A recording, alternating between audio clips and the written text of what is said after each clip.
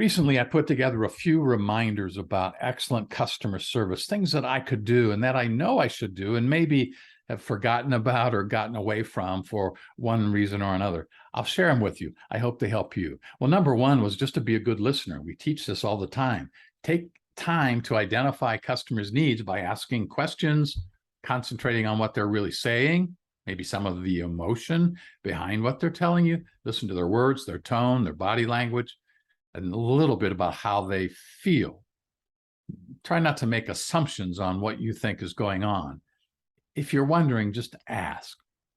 Then also get good at identifying and anticipating needs. Customers don't buy products or services, they buy good feelings or solutions. Typically, it's a solution to a problem. Can you fix the problem? Most customer needs are a little bit more emotional to begin with, and then logical to end with. The more you know your customers, the better you'll be able to identify those two sides and become better at anticipating their needs and understanding what they're asking for. So then here's one: make customers feel important. Well, we all know that's important, right? Feel important. Feel important. Customers, we all like to feel important, especially when we're buying, and appreciated. So when you can, treat them as individuals first. I like to use their first name occasionally and find ways to maybe compliment my customers. It's got to be authentic. People value sincerity and authenticity.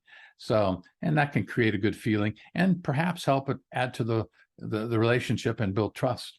So here's something to think about. Customers know more than ever before, and they're very sensitive about getting good service, and they know whether or not you really care about them and are paying attention to them. So body language is key. So make sure you're tuning in to tone and body language. Your words and actions should be congruent, matched up a little bit with your buyer as best you can without changing your personality. Then, finally, understanding your customers is crucial. So if you can, help your customers understand your systems a little bit. So your organization could have the best systems in the world, but if the customers don't know how to utilize them or understand them, they might get confused on what's happening to their service. So, and sometimes that can cause some anger or just impatience. So take time to explain. Don't overdo it. Be careful that your systems don't take away from the human element or the human connection that you bring to the table.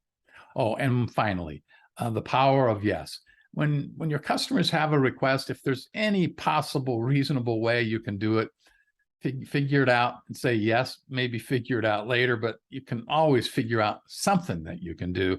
So look for ways to make doing business with you easy, and then just do what you say you're going to do. And if you can, do it on time.